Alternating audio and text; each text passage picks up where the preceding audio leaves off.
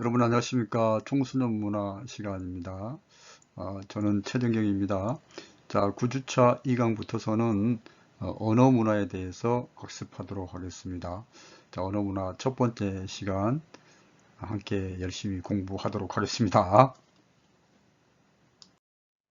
자, 이번 시간 학습 목차를 통해서 학습 내용을 살펴보겠습니다.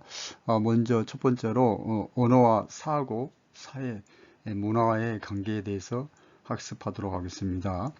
두 번째, 언어의 개념 및 종류, 세 번째, 언어의 특징, 네 번째, 언어의 기능까지 언어 문화 시간, 첫 번째 시간, 이 네 가지 주요 내용으로 학습하도록 하겠습니다.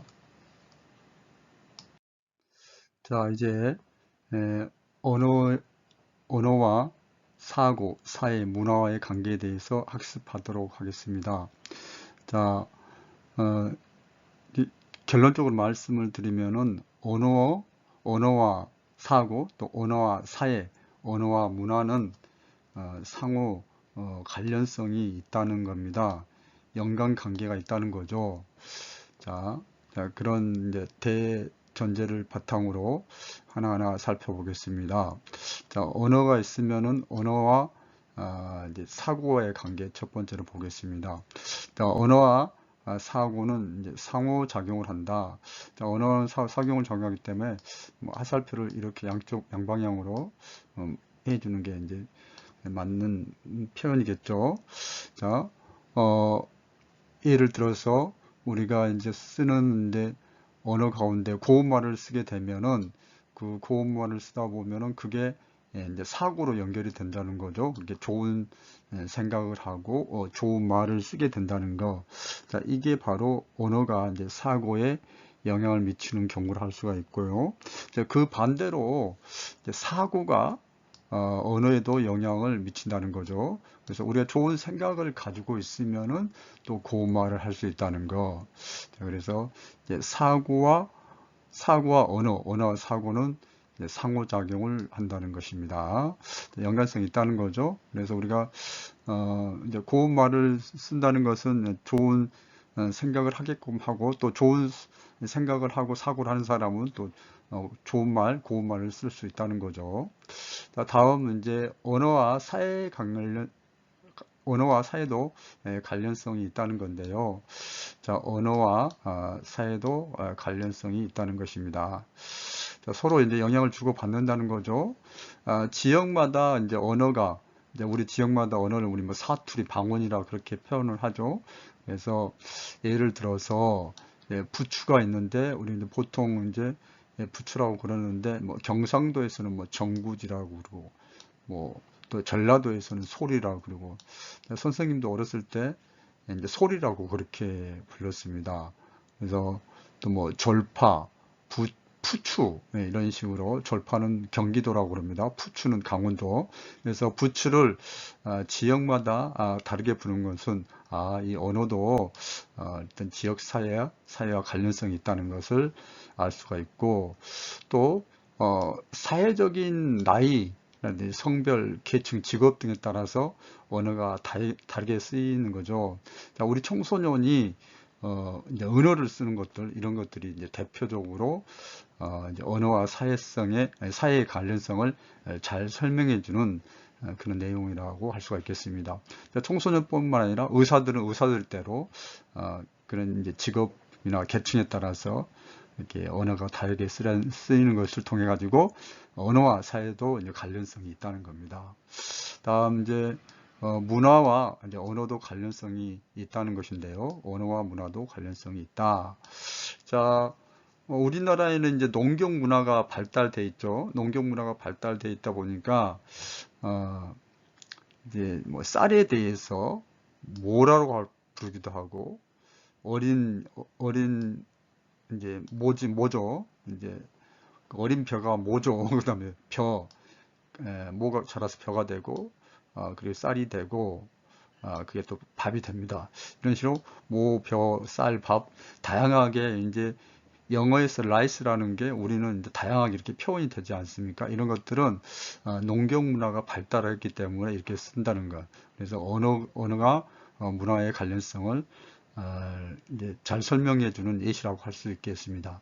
또 우리 이제 예전에는 에스키모인 그렇게 불렀는데 그게 이제 생고기를 먹는 사람이라 해서 비하하는 표현이라 해서 요즘은 이제 이누이트족이라고 그렇게 부르죠. 자, 이 이누이트족들은 뭐 얼음집도 짓고 뭐 이누이트족은 얼음집을 지어야만이 잘 지어야만이 이제 좋은 신랑감이라는 그런 얘기도 있지 않습니까? 그래서 이 이누이트족은 눈이 많은 지역 문화를 반영하기 때문에 이 눈에 대한 표현이 다양하다는 거죠. 우리가 뭐 모, 벼, 쌀, 밥 등 다양하게 표현하듯이 이누이트족은 눈에 대한 스노우에 대한 표현을 다양하게 한다는 것, 이런 것들이 이제 언어와 문화의 이제 관련성을 잘 설명해 주고 있습니다. 자, 언어에는 그 사회의 문화가 반영되죠. 네. 자, 언어 자체가 이제 문화적인 산물이죠. 우리 부모님한테 또 뭐 주변 사람들한테 언어를 배우기 때문에 그 언어가 자체도 문화적인 산물이고, 동시에 또 언어라는 수단을 통해서 문화를 전수하고 창조하고 전수하는 역할을 이루어지는 거죠. 그래서 언어를 통해 가지고 뭐 이렇게 사회 제도라든지 규범 이런 것도 언어를 통해서 전달이 되지 않습니까? 이게 문화가 이제 전승이 되고 이제 전수가 되는 거죠. 자, 이번 슬라이드에서는 언어와 사고, 언어와 사회, 언어와 문화의 관계에 대해서 학습했습니다. 언어의 개념 및 종류에 관하여 학습하도록 하겠습니다. 자, 언어의 개념입니다. 언어는 생각 및 느낌을 나타내거나 전달하기 위하여 사용하는 사회적인 간습 체계입니다. 기호 체계라고 그러는데요. 자, 여러분, 뭐 기호 체계는 당연히 이제 문자라는 것도 기호 체계이고, 그 다음에 우리가 뭐 하트를 그려서 보인다든가, 승리의 V자를 뭐 표시를 해서 몸짓으로 보인다든가 이런 것들도 다 기호 체계라고 할 수가 있습니다. 자, 이런 언어는 음성 언어, 문자 언어, 몸짓 언어로 크게 구분할 수가 있겠습니다. 자, 언어라는 것은 내용과 형식의 결합이다. 자, 이렇게 제시가 되어 있는데요. 이게 무슨 내용인지 보시겠습니다. 여기 사과가 있는데요. 이 사과는 이게 이제 내용이잖아요. 사과라는 내용은 이제 눈에 보이는 뭐 사과뿐만 아니라 눈에 보이지 않는 그 비물질적인 것도 우리가 내용이라 할 수 있겠죠. 뭐 종교, 뭐 도도 이런 것들도 내용이라고 할 수 있는데, 일단 사과의 예를 들어서 사과가 있습니다. 이거는 내용이고, 자, 우리말로는 이렇게 이런 형식으로 빌려서 사과라고 작성을 하고, 영어에서는 애플이라 하고, 여기 애플 밑에 프랑스어로 이제 빵, 이렇게 사과라고 부릅니다. 그래서 여러분들은 여기는 이제 내용이고, 여기는 이제 형식이 되겠습니다. 이러한 내용과 형식의 결합이 이 언어라는 거죠. 그래서 이 사과뿐만 아니라 비물질적인 것들도 우리가 그런 비물질적인 내용도 이제 형식으로 나타낼 수가 있는 거죠. 뭐 기호 체계, 문자라는 기호 체계로 나타낼 수가 있습니다. 자, 언어의 종류는 첫 번째로 음성 언어. 음성 언어는 이제 말로써 이제 입으로 전해지는 거죠. 자, 인간이 이제 등장하면서부터 존재한 가장 기초적인 의사소통 수단이 되겠습니다. 자, 문자가 없어도 음성 언어를 통해서 우리는 이제 의사소통을 할 수가 있는 거죠. 자, 문자 이전부터 지금까지도 인간의 일상생활에서 가장 큰 영향력을 끼치고 있는 언어가 음성 언어라고 할 수가 있겠습니다. 자, 언어의 종류 두 번째, 이제 문자 언어입니다. 자, 음성 언어에 담긴 내용의 의미를 이제 부호로, 즉 문자로 이제 나타내는 언어를 뜻합니다. 자, 문자 언어는 문화의 기록 매개체로 사용되어 왔으며, 사람들이 의사소통하는 것에 있어서 매우 중요한 이제 기재로 이제 사용되어 왔습니다. 자, 여러분들 이제 만약에 문자가 없었다면은 문화가 전승되는 게 쉽지 않겠죠. 물론 이제 구전으로도 전승이 되지만은 문자가 있었기 때문에 자, 우리 인류의 많은 이제 문화적인 그 역사적인 우리 사실들을 우리가 이제 알 수가 있습니다. 자, 현대 청소년 언어 문화에 있어서도 문자 언어는 매우 다양한 형태와 모습으로 사용되는데 특히 온라인상에서 문자나 보어는 청소년들의 언어 문화를 활발하게 하는 수단이 되고 있습니다. 자, 이제 청소년 언어 생활과 관련해서는 이제 우리 다음 시간 2강, 3강에 걸쳐서 더 자세하게 학습을 하도록 하겠습니다. 셋째, 이제 몸짓 언어입니다. 몸짓 언어는 우리가 상대방의 상대방과 말을 하면서 수반되는 제스처나 손짓 혹은 발짓, 몸짓, 눈짓 등으로 전하는 비언어적인 소통을 말합니다. 자, 언어라고 했을 때 우리가 꼭 말하고 문자적으로 부호적으로 표현돼야만이 언어인 것만 아니죠. 우리가 이제 비언어적인 이 몸짓 언어, 손짓, 발짓, 몸짓 이런 비언어적인 의사소통도 우리가 이제 언어라고 이제 할 수가 있는 거죠.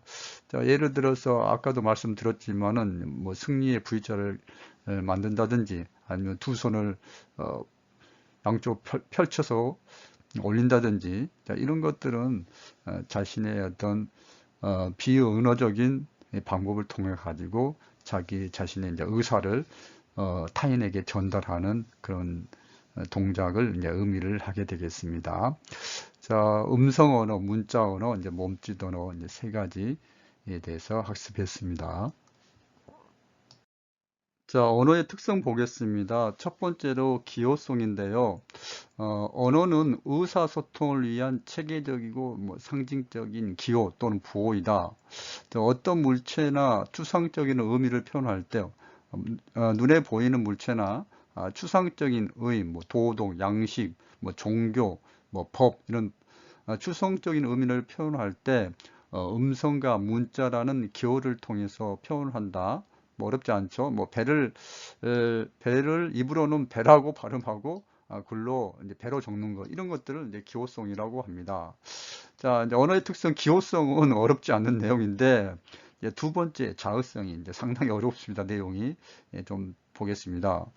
자, 언어는 내용과 형식의 결합이라고 앞서서 말씀을 드렸습니다. 자, 여기 있는 이제 내용이 있죠. 눈에 보이는 이런 내용을 우리는 한국말로는 책이라 그러고 중국어, 영어 이로, 중국어는 슈, 영어는 북, 일본어는 혼 이렇게 발음을 하는데 이런 내용과 형식, 즉 음성 사이에는 필연성이 존재하지 않고 자의적으로 한국은 한국에 맞게, 중국은 중국에 맞게, 영어권에서는 영어권에 맞게, 일본에서 일본에 맞게 자의적으로 언어라는 것이 이루어진다는 거죠. 좀 이해되셨습니까? 우리가 이제 방언도 사투리도 그 지역에 있는 어, 음, 그런 어떤 지역에서 이루어지는 자의성이라고 이제 그렇게 얘기를 할 수가 있겠습니다.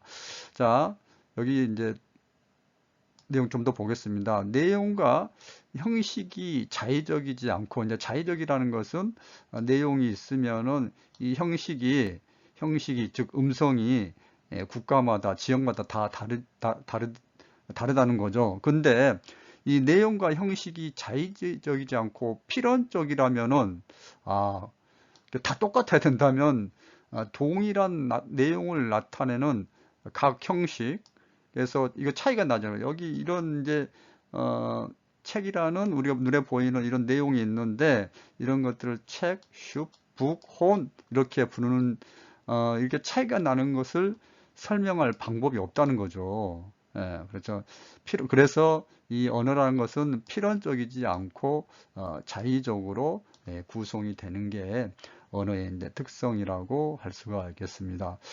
자의성 이제 좀 설명을 들으시니까 이해가 되셨죠? 다음 슬라이드에서 언어의 특성 좀 계속해서 보겠습니다.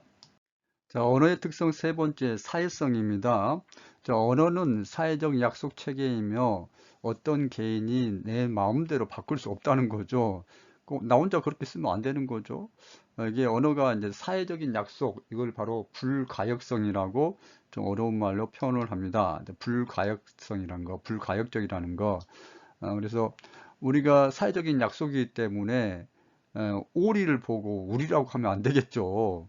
오리를 오리라고 해야 되는지, 뭐 우리라든지 아리라든지, 뭐 일이라든지 이렇게 불러서는 안 되는 겁니다. 그래서 언어가 그 사이에서 생명력을 얻으려면 원중들이 이제 언어를 쓰는 대중들이 이제 공인을 해야 그 사이에서 언어가 이제 효력이 생깁니다.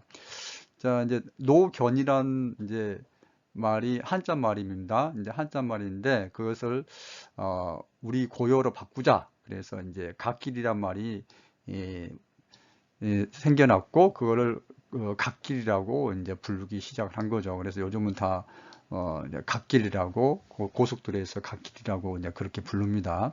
자, 이런 것들도 언어가 이제 사회 구성원, 즉 원중이라고 표현합니다. 이 원중들이 동의를 해가지고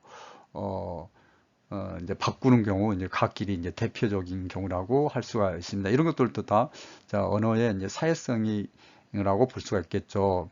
이렇게 사회적으로 정한 것들 중에서 원중들이 공인하여 생명력을 불어넣어 지속하고 쓰이는 것. 자, 이제 언어의 사회성이라는 거는 사회적으로 약속된 언어의 특성을 언어의 사회성이라고 한다. 이게 언어라는 것이 약속이고 그것이 개인의 혼자서 뭐 가족 구성원들끼리 엄마 아빠 나하고만 약속하는 게 아니라 전체 사회적인 구성원 이 언어 원중이라고 표현하는데 이 원중들의 이제 사회적인 약속이라고 할 수가 있습니다. 언어라는 것이 자 그런 그 특성을 우리는 사회성이라고 표현을 합니다. 언어의 사회성. 자, 언어의 특성 세 번째, 역사성입니다. 사람이 태어나서 성장하고 죽는 것처럼 언어도 생성하고 성장하고 소멸의 과정을 겪고 있습니다. 자, 개별적인 말쓰기가 변하여 의문체계가 변하기도 하고 그로 인해 문법적 요소와 형태도 변화 과정을 겪게 됩니다. 자, 한국어도 시대를 거쳐오면서 현재 모습으로 변해왔습니다. 자, 훈민정음에서 사용됐던 어휘나 문법 의미가 변화되어 오늘날에 쓰이지 않는 경우가 많이 있습니다. 자, 훈민정음 서문에서 어린 백성이 했을 때 여기서는 어린 백성이 했을 때는 어리석은 백성이 의미였는데 자, 오늘날은 이제 뭐 어린이와 같이 나이가 젊은 어린이란 뜻으로 의미가 바뀌었는데요. 자, 이게 이제 대표적인 언어의 역사성을 잘 설명해주는 예시라고 할 수가 있겠습니다. 자, 언어의 특성 네 번째 역사성이었습니다. 자, 언어의 특성 다섯 번째 창조성입니다. 한정된 의문으로 수많은 형태소와 단어를 만들고 무한한 문장과 글을 생성할 수 있다. 자, 이제 단어하고 조금 다른 의미죠. 단어를 더 쪼개면 형태소가 되는 거죠. 여기 창조성이라는 단어가 있으면은 창조성, 그래서 창조하고 또 성이라는 뭐 형태소를 만들 수 있고 음절을 또 나눠가지고 하나하나 음절로 창, 조, 성 이와 같이 형태소를 만들 수가 있습니다. 그래서 인간은 새로운 단어와 문장을 끊임없이 만들어낼 수 있다는 거죠. 자, 역사성에서 언급한 것처럼 훈민정음을 보면 지금의 말이 얼마나 달라졌는지를 알 수가 있습니다. 텔레비전을 봐도 단어가 쉽게 이해하지 못하는데 특히 이제 나이 든 세대가 어린 세대의 어휘나 표현을 이제 이해하기 어렵게 됩니다. 자, 이 언어의 특성 창조성의 주체적인 역할을 하는 게 우리 청소년들이죠. 청소년들은 특히 이제 요즘은 이제 통신 언어가 발달함으로써 더 수없이 많은 이제 문장을 만들어내고 있는데, 그래서 우리 청소년 A를 통해서 이제 창조성에 이제 좋은 본보기가 우리 청소년들의 언어 능력이라고 할 수가 있겠습니다.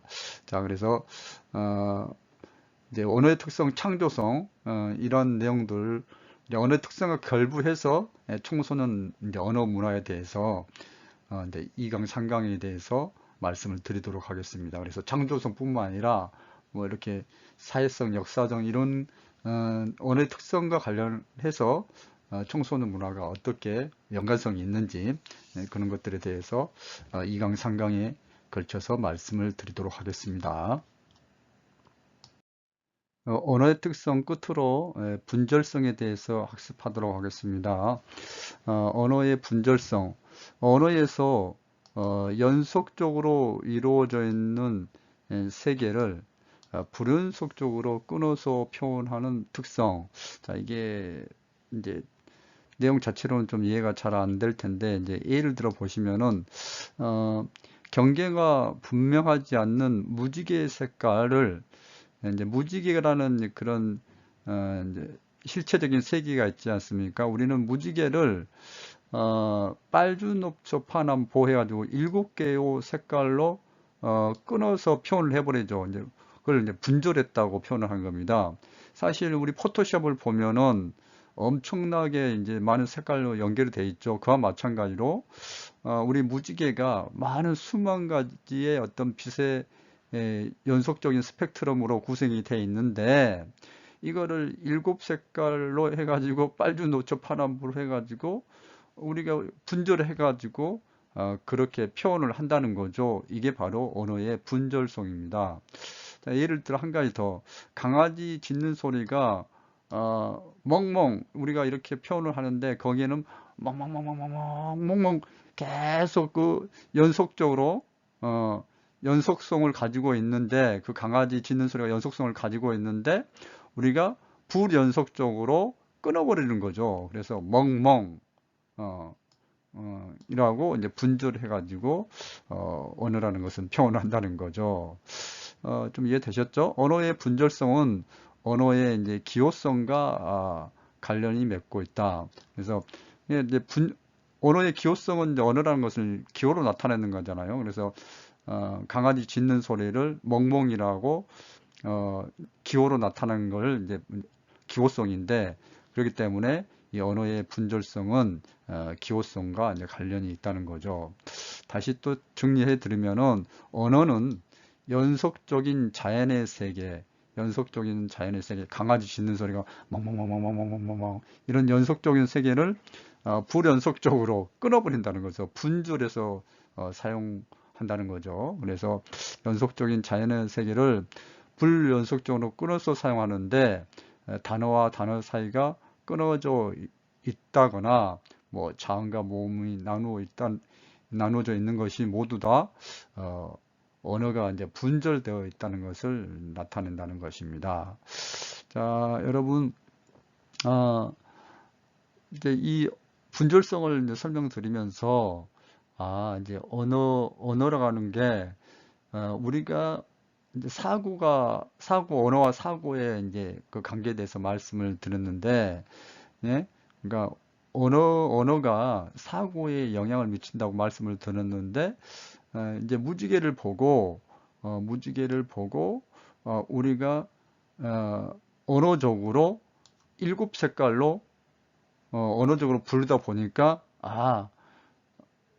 7색깔, 무지개는 7색깔이구나, 그렇게 사고를 또 한다는 거죠. 그래서 언어가 이제 사고에 영향을 미치게 된다는 그런 언어와 사고의 관계까지도 분절성을 통해서 이해를 하시면 되겠습니다.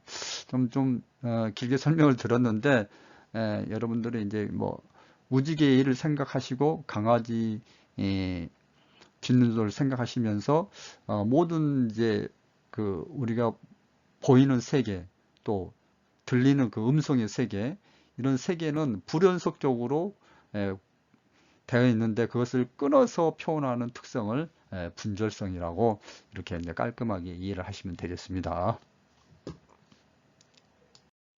자, 언어의 기능, 자, 첫 번째 정보적 기능입니다. 자, 언어를 통해서 우리는 정보를 전달하죠. 어떤 사실, 뭐 지식, 객관적인 이제 사실이나 지식 정보에 대해서 다른 사람한테 이제 전하게 되죠. 예를 들어서 길을 모르는 사람에게 길을 알려주거나 설명해주는 의사소통은 곧 정보와 지식을 전달하는 거다. 자, 언어의 정보적 기능은 인간관계 내에서 매우 유용하게 쓰이는 행위이자 수단이다. 자, 우리 이제 제가 여러분한테 언어를 통해서 이제 정보를 제공하고 있지 않습니까? 이제 강의를 하고 있는데, 자, 이런 게 언어의 가장 큰 이제 기능이고, 뭐, 백석대학교는 천안시 안서동에 있다. 이게 정보적, 이제 정보를 여러분한테 전달하는 거죠. 그래서, 그런 정보적 기능이 있고, 두 번째 명령적인 기능이 있습니다. 상대로부터 혹은 상대에게 어떤 행위를 할 수 있도록 이제 요구하는 이 기능이죠. 명령하는 거죠.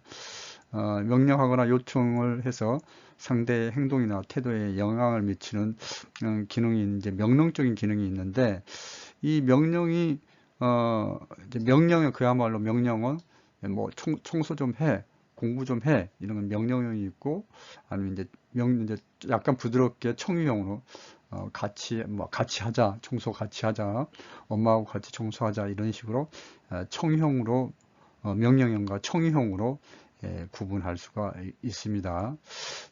이제 명령적인 기능도 뭐 정보적인 기능하고는 좀 다르지만은 그래도 기능의 명령적 언어의 기능으로서 작동을 하고 있습니다. 자, 언어는 친기적인 기능이 있죠. 타인과 친밀한 사회적 관계를 형성하고 유지하는 기능입니다.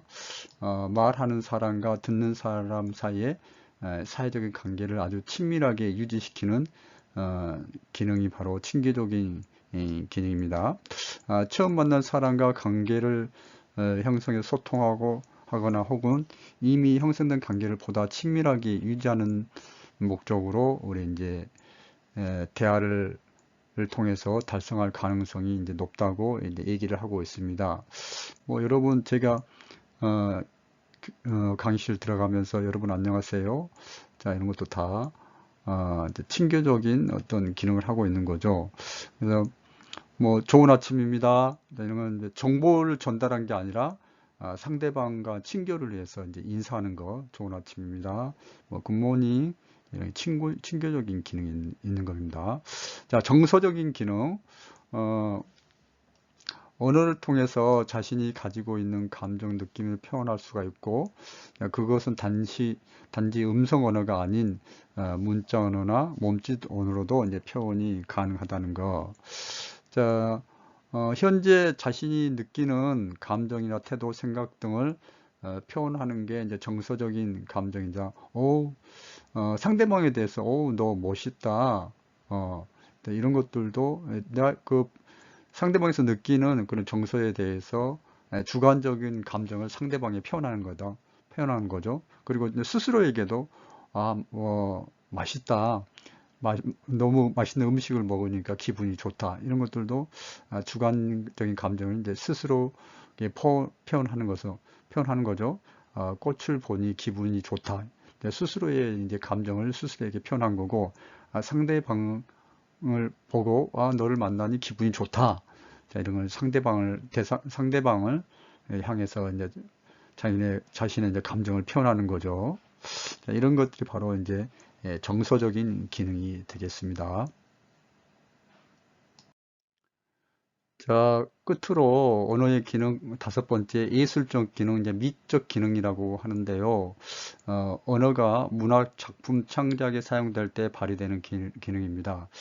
특히 이제 시에서 그 진가를 발휘하죠. 물론 뭐 다른 에세이라든지 뭐 수필 등에서도 이제 미적 기능, 즉 예술적 기능이 이제 발휘가 되는데 뭐 내 마음은 호수요, 그대 너를 줘, 뭐 이런 식으로 굉장히 일상 언어보다는 아름답게 이제 다듬어진 게 이제 그런 언어가 이제 예술적 기능을 하고 있다고 볼 수 있겠죠.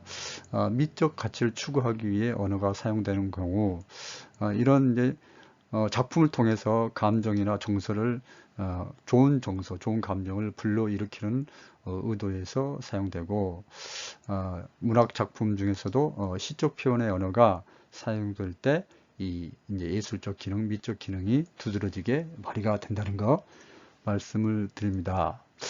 자, 이제 정리를 하자면 이와 같이 언어가 다양한 기능이 발휘됨으로써 개개인이 관계를 형성하고 유지할 수 있으며 더 나아가 사회 전체를 유지할 수 있다. 또한 사회 구성원 사이에 언어 기능들을 통해서 다양한 문화가 형성되고 발전되고 또한 공유될 수가 있다는 거. 그래서 언어의 문화적 기능이라는 것은 엄청난 거죠. 그래서 언어의 이제 문화 자체를 형성하고 또 그거를 발전하고 공유하는 데 있어서 언어가 굉장히 중요한 역할을 하고 있다. 여기까지 말씀을 드립니다. 자, 이번 시간 학습한 내용 학습 정리해 드리도록 하겠습니다. 언어와 사고, 사회, 문화의 관계에 대해서 말씀드린데요.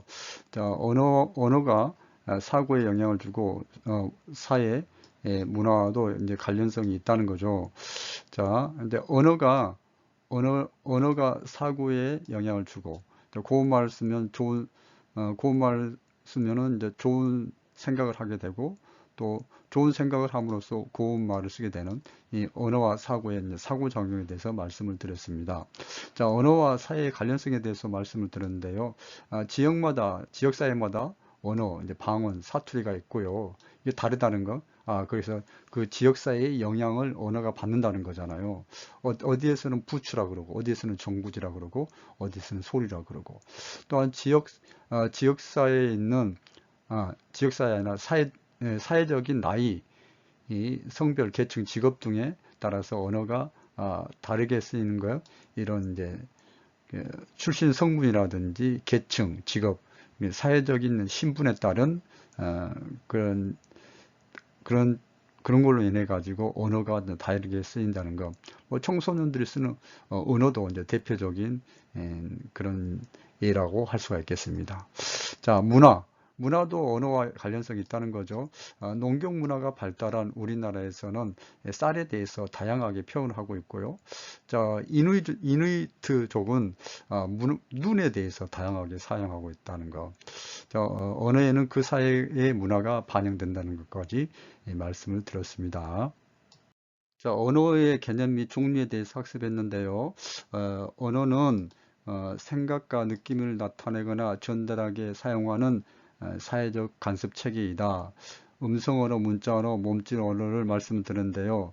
자, 내용과 형식의 결합이란 말 여러분 기억하시기 바랍니다. 자, 사과라는 내용이 있으면은 이제 사과, 애플, 그다음에 밤 이런 식으로 나라에 따라서 다르게 표현되는 거죠. 이제 형식이 다른 거라는 거죠.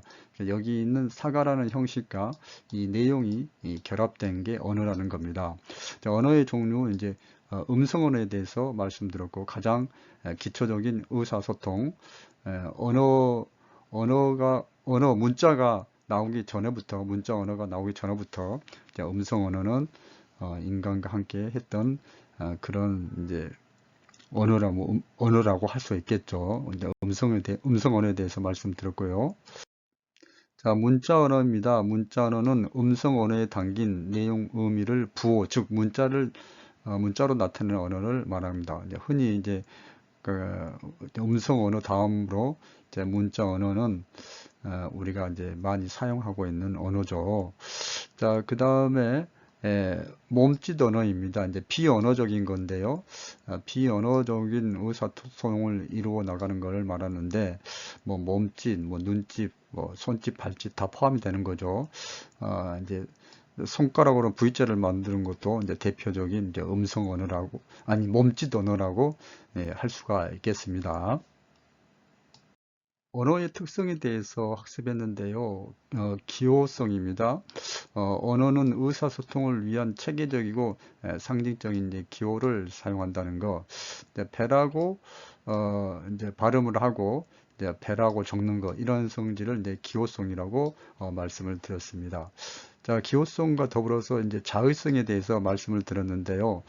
자, 언어라는 것은 여기 있는 그림이 이게 이제 뭐 형식입니다. 아니, 내용입니다. 내용.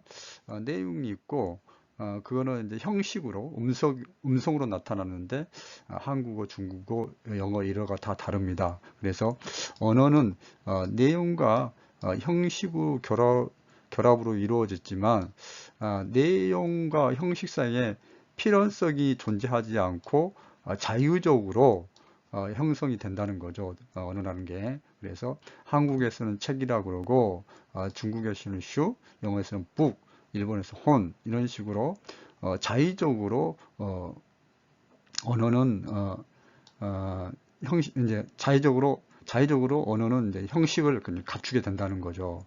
자, 그 내용 설명드렸습니다.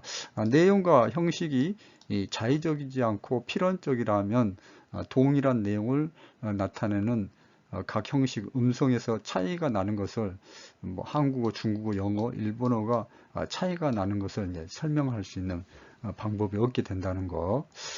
이제 자의성에 대해서 말씀을 드렸습니다. 자, 언어의 특성 세 번째, 이제 사회성입니다. 언어는 사회적 약속 체계이며 어떤 개인이 마음대로 바꿀 수 없다는 거죠. 그거를 우리는 불가역성이라고 합니다. 자, 사회적으로 약속된 언어의 특성을 언어의 이제 사회성이라고 합니다. 자, 올이라고 했으면 다들 올이라 그래야 되는지 누구는 일이라고, 누구는 알이라고, 누구는 우리라고 그렇게 표현하면 안 되겠죠. 그러면 언어의 이제 사회성이 약속이 깨지는 겁니다. 자, 언어의 역사성입니다. 언어도 생성하고 성장하고 소멸 과정을 에, 거치게 됩니다. 이거를 이제 가역성이라고 그렇죠. 이제 사회성이 불가역성이라면 역사성은 이제 가역적이다. 라고 이제 말씀드릴 수가 있겠습니다. 자, 이제 변한다는 거죠. 가역적이라는 것은. 자, 중세의 이제 국어 면모를 보면 이제 훈민정음에서 사용됐던 어휘나 문법, 의미가 변화되어 오늘날에는 쓰이지 않는 경우가 있는데, 자, 이런 것들이 언어의 이제 역사성이라고, 뭐 쓰이지 않는 것도 역사성이고 이제 변한 것도 역사성이죠. 그래서 어린 백성이 할 때 여기는 어리석다는 의미였는데 오늘날에는 이제 어린이, 뭐 나이가 젊은 사람으로 의미가 바뀌었다는 거죠.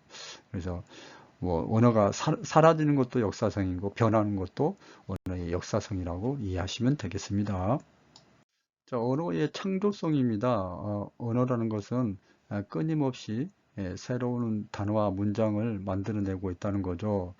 특히 이제 청소년들이 사용하는 통신 언어는 들어보지도 못한 수준의 수많은 문장을 이야기하고 쓰고 있는데요. 이게 이제 우리 사람의 언어 능력을 참 설명해주는 창조성의 좋은 예가 될 수가 있다고 봅니다.